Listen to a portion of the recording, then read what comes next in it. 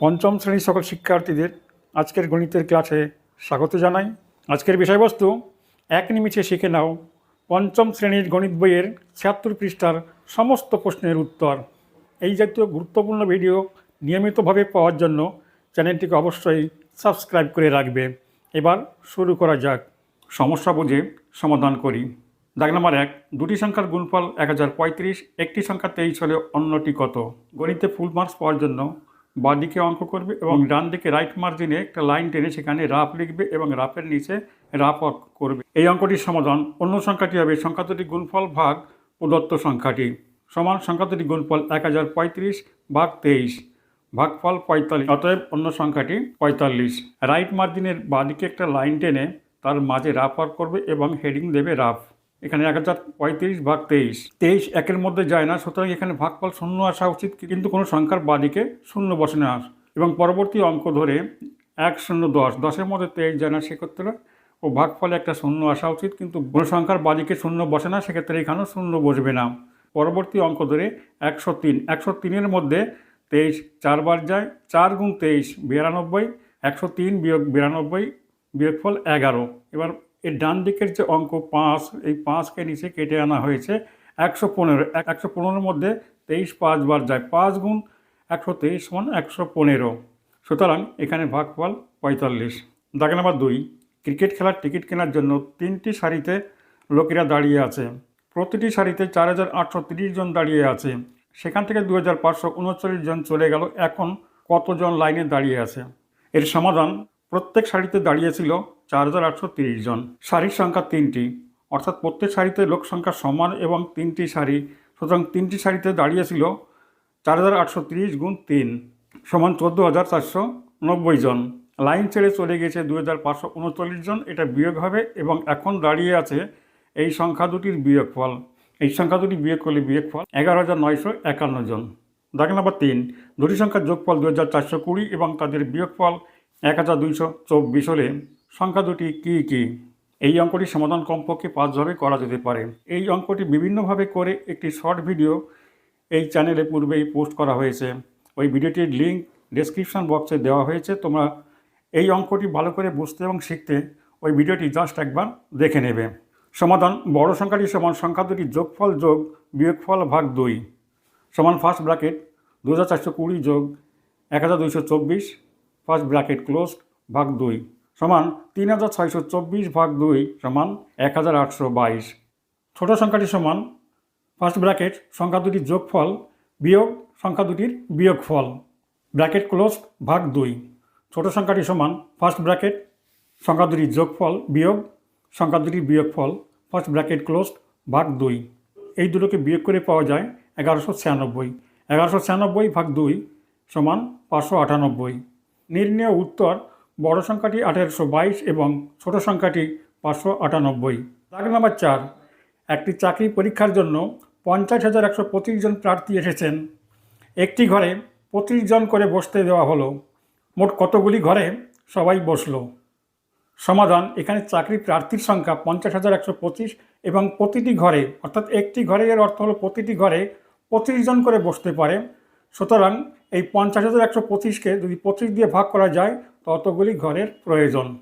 মোট ঘর সংখ্যা সমান ৫০,১২৫ ভাগ ২৫ সমান ২০০৫, অতএব মোট ঘর সংখ্যা ২০০৫।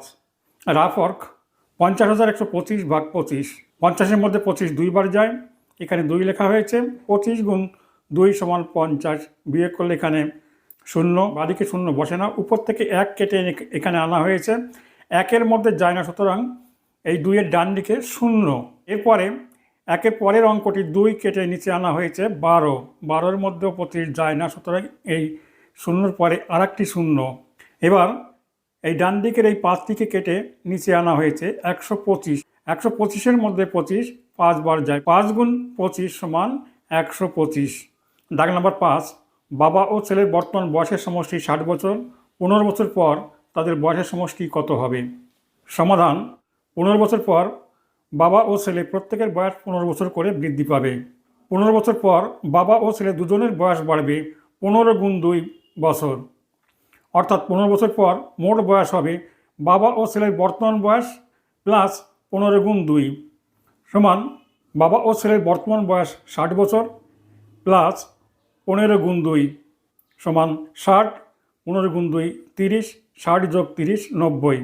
অতএব নির্ণীয় বয়স 90 বছর। দাগ নাম্বার 6, শুভ্রা ও শুভ্রার মায়ের বর্তমান বয়সের সমষ্টি 50 বছর। 10 বছর আগে তাদের বয়সের সমষ্টি কত ছিল? সমাধান: 10 বছর আগে শুভ্রা ও শুভ্রার মায়ের প্রত্যেকের বয়স 10 বছর কম ছিল।